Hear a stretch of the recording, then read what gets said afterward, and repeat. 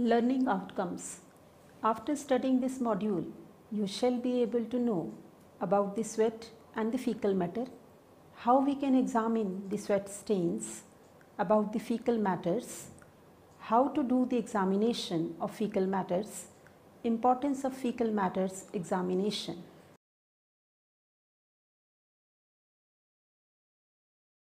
We will start with a brief introduction of sweat and fecal matter. Serology allows the forensic scientists to segregate these bodily fluids when found at the scene of the crime and then perform a variety of tests on them in order to identify where these fluids originated from, or most importantly, whom they came from. One important aspect of serology is determining whether or not stains resembling blood found at a crime scene are actually blood or some other stain that bears a similar resemblance. Sweat is a clear, salty liquid produced by glands of human skin, and it constitutes of water with tiny amounts of other chemicals like ammonia, dissolved salts and fatty acids. There exist numerous amounts of sweat glands in the body, and it is essential for thermoregulation.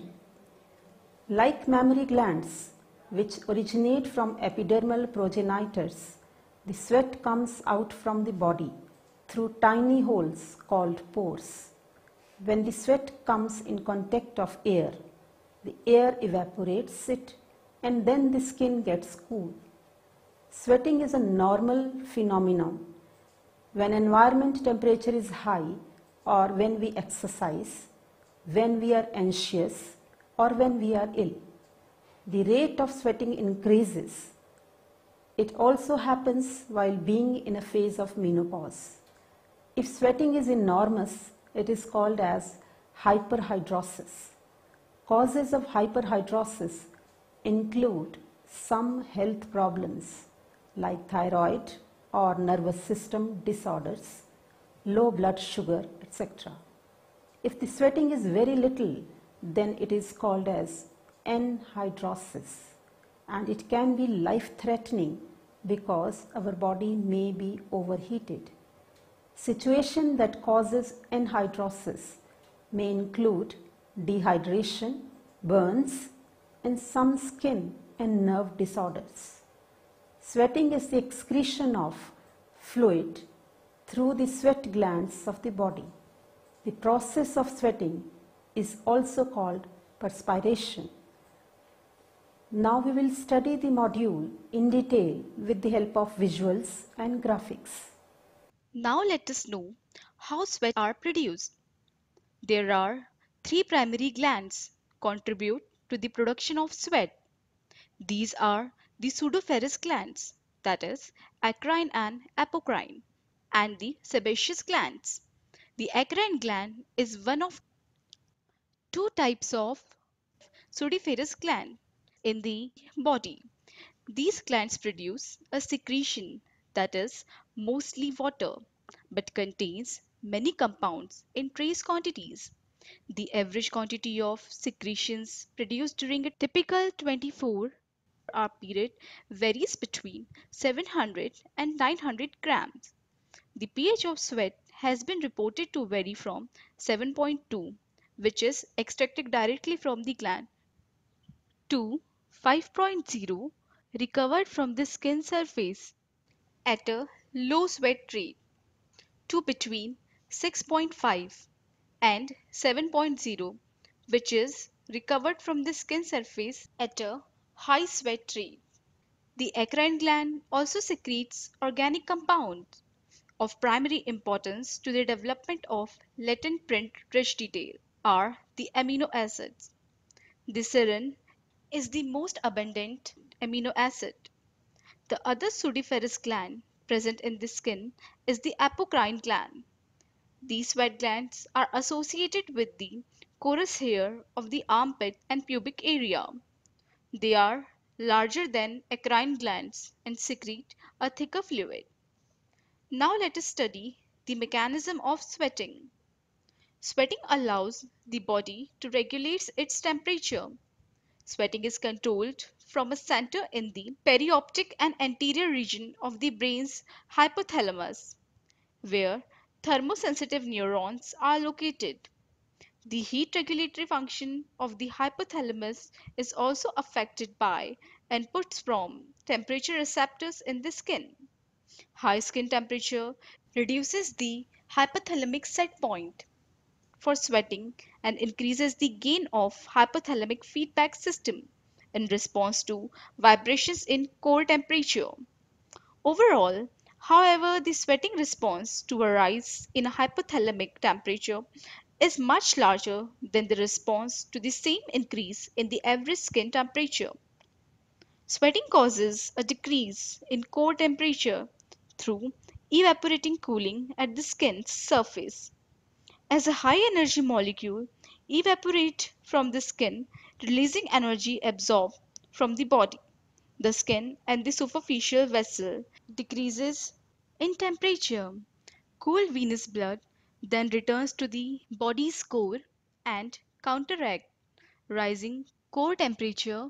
There are two situations in which the nerves will stimulate sweat glands, causing perspiration during physical heat and during emotional stress. In general, emotionally induced sweating is restricted to palms, soles, armpits, and sometimes the forehead, while physical heat induced sweating occurs throughout the body. People have an average of 2 to 4 million sweat glands, but how much sweat is released by each gland is determined by many factors, including the gender, genetics, environmental conditions, and age or fitness level.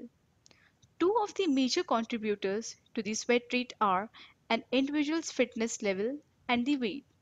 If an individual weighs more, sweat rate is likely to increase because the body must exert more energy to function and there is more body mass to cool down. On the other hand, a fit person will start sweating earlier and easier. As someone becomes fit, the body becomes more efficient at regulating the body's temperature, and sweat glands adapt along with the body's other system. Sweat is not pure water. It always contains a small amount, that is 0.2 to 1% of solute. When a person moves from a cold climate to a hot climate, adaptive changes occurs in the sweating mechanism of the person. The volume of water lost in sweat daily is highly variable, ranging from 100 to 8000 milliliter per day.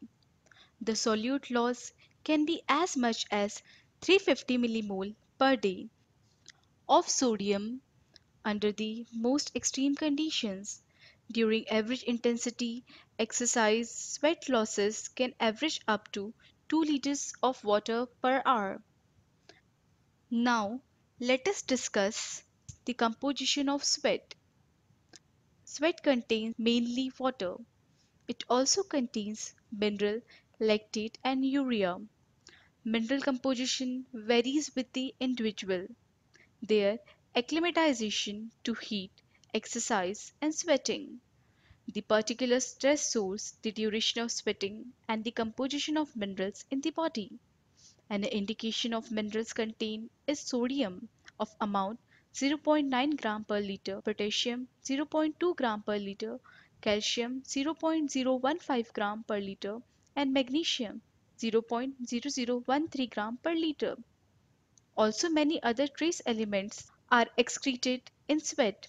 Again, an indication of their concentration is, although measurements can vary 15-fold, 0.4 milligram per liter, copper 0.3 to 0.8 milligram per liter, iron 1 milligram per liter, chromium 0.1 milligram per liter, nickel 0.05 milligram per liter, and lead 0.05 milligram per liter. Probably many other less abundant trace minerals leave the body through sweating. with correspondingly lower concentrations. Some exogenous organic compounds make their way into sweat as exemplified by an unidentified odoriferous maple syrup.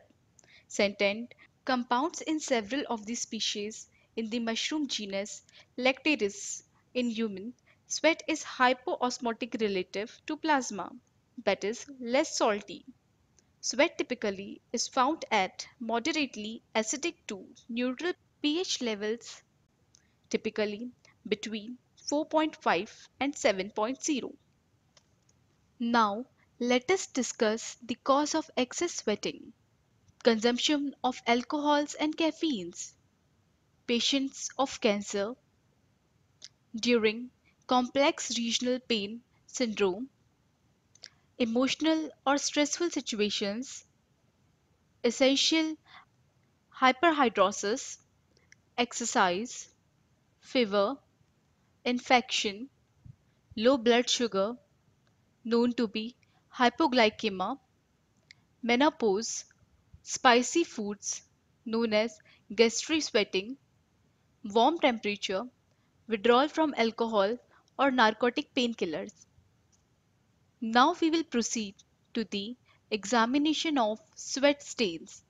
Examination of sweat is very important from forensic point of view to analyze the blood group of any individual from their wearing apparels. The sweating bearing areas are first examined for the existence of urea by the Guy's urea nitrate test. If the positive result is found, then they are subjected to absorption inhibition, absorption illusion, or mixed agglutation test for identification of blood grouping antigens in them.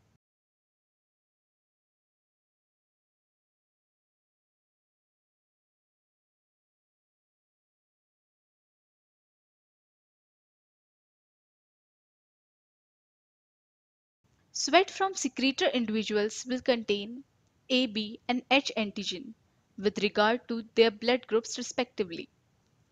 Now we will learn about the Guy's urea nitrate test.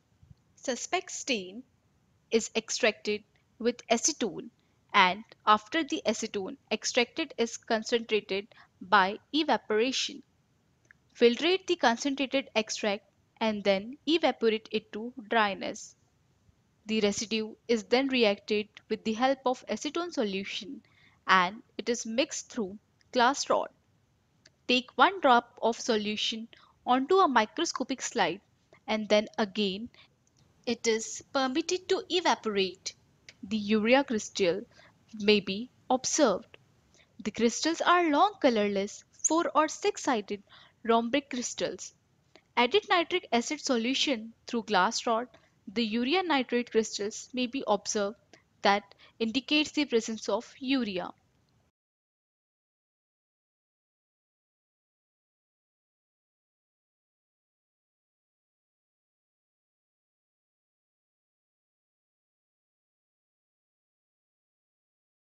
Now let us discuss the forensic importance of a sweat. A latent print is formed as a result from the release of sweat.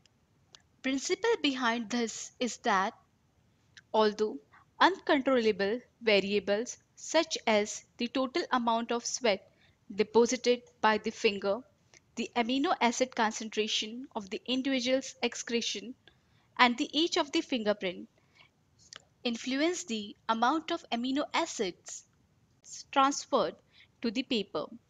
Amino acids are always present in perspiration in some amount. On contact with paper, these amino acids impregnate the surface of paper where they are retained by their high affinity for cellulose. Some of this, because of this affinity, amino acids do not migrate significantly from their initial deposition sites. However, the amount of amino acids retained in the fingerprint decreases gradually over time. A latent print is a mixture of some or all of the secretions from the three types of glands. Latent print residues is generally divided into two basic categories, that is, water soluble and water insoluble. The water soluble portion of the print deposit is typically composed of acrine secretion like salt, example NaCl, and amino acids, example serine and glycine. Chemicals like ninhydrin, which reacts with amino acids, and silver nitrate, sodium chloride, are effective reagents for visualizing this water-soluble portion of the residue. However, an acrine-rich latent print that is exposed to water most likely will not be recovered with these methods. That is why, before the introduction of physical developer in 1970s, there was no reliable method for recovering prints from water-soaked document. Latent print visualization with powder or dusting involves application of finely divided particles that physically adhere to the aqueous and oily components in latent print residue on non-porous surfaces.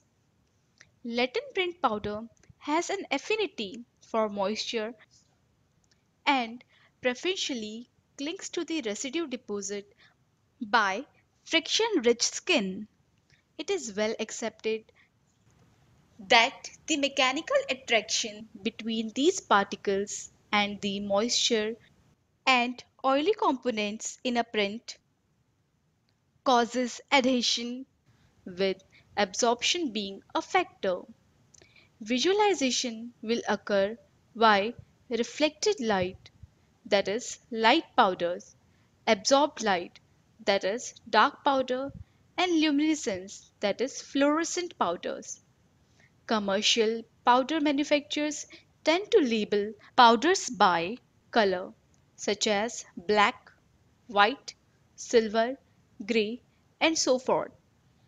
Particles that serve as a good fingerprint powders include carbon black, that is colloidal carbon, lamp black, talc, aluminium, metal flake, and dolomite. Good binders include iron powder, lycopodium, cornstarch, rosin, and gum arabic. One of the most important and common latent powder known for its versatility and effectiveness is carbon black. Now we will start the second topic, that is fecal matters. Feces are a waste product from animal or human digestive tract expelled through the anus or colca by a process called defecation. Urine and feces together are called excreta. Feces are primarily a waste product of the human or animal bodily function. It nevertheless has several uses as fertilizer, soil conditioner, fuel source, and even medical purposes as a fecal transplant. In the case of human feces, during heme catabolism, waste product called bilirubin is produced. Bilirubin excreted in feces, which gives it brown color. Gut bacteria break down some of the bilirubin to urobilinogen, which is also excreted in feces. Bilirubin is a substance formed by the breakdown of red blood cells. It is passed from the body in stool. Bilirubin is not found in urine. If it is present, it often means that the liver is damaged or that the flow of bile from the gallbladder is blocked. Now, let us have an idea about the physical appearance of feces. Stain appearance characterized by green-brown color caused by bile pigments and their breakdown products. Odor caused by breakdown of amino acid into indole, scatol, and methyl mercaptan by bacteria. It can also be identified by the presence of microscopic components of foodstuff by using Lugol's iodine. Now let us discuss the examination of fecal matters. The identification of fecal matter is very important, especially in case of sodomy. The following examination are carried out in order to identify fecal stains. First one is microscopic examination. Second is chemical examination for the detection of bilirubin. And third one is DNA typing of feces. Firstly, we will discuss microscopic examination in detail. In the microscopic examination, the suspected stained area is softened by the use of normal saline for half an hour. A small amount of scrubbing from the stain is taken on a microscopic slide, and 1 or 2 drops of normal saline and a drop of Lugol's iodine is added to it. The microscopic slide is covered with the cover slip and examined under the microscope for the determination of undigested food particles like vegetables residues and muscle fibers. Sometimes the cells like pus cells, epithelial cells, cyst of entoamoeba histolytica, and Gradia intestinal ova, intestinal helminthes are observed along with large numbers of bacteria. Now, secondly, we will discuss the chemical examination for the determination of bilirubin. A portion of suspected stain is extracted with a little amount of distilled water and added 2 to 3 drops of 10% of mercury chloride solution, and amyl alcohol is added as equal to that of water to the mixture, and the whole mixture is shaken thoroughly. The supernatant alcohol layer is pipetted off in another tube, and then 2-3 drops of 10% alcoholic zinc chloride solution is added to it. Under UV light, rose pink coloration of with beautiful green fluorescence is observed that indicates the presence of bilirubin. This test is considered to be one of the very sensitive and reliable tests.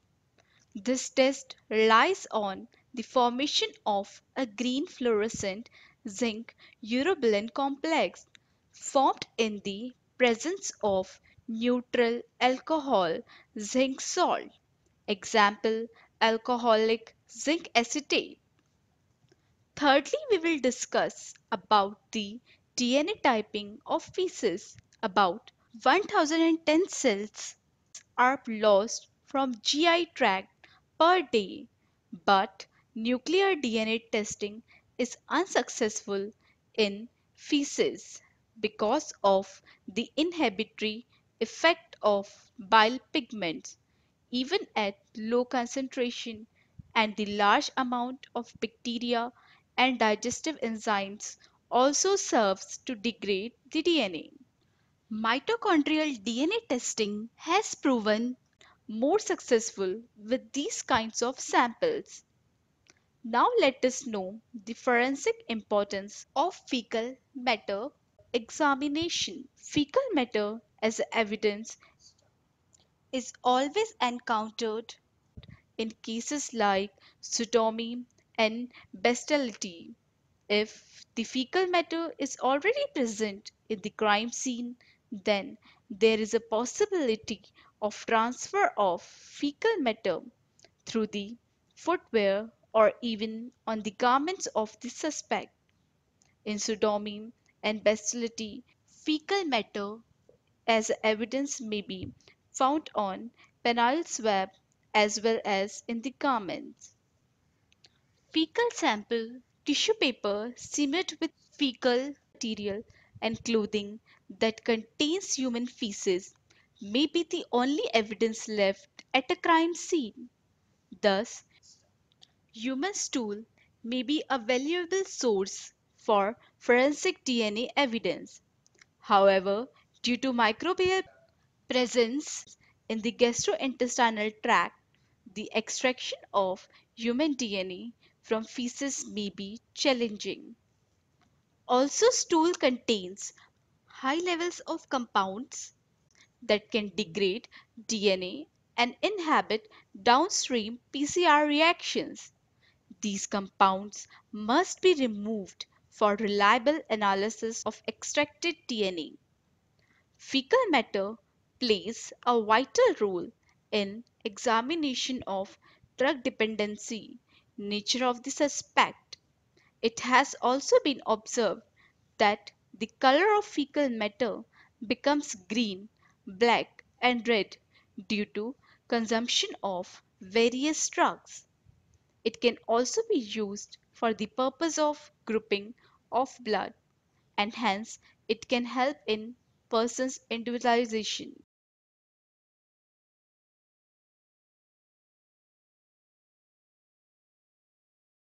Now let us summarize what we have learned in this module.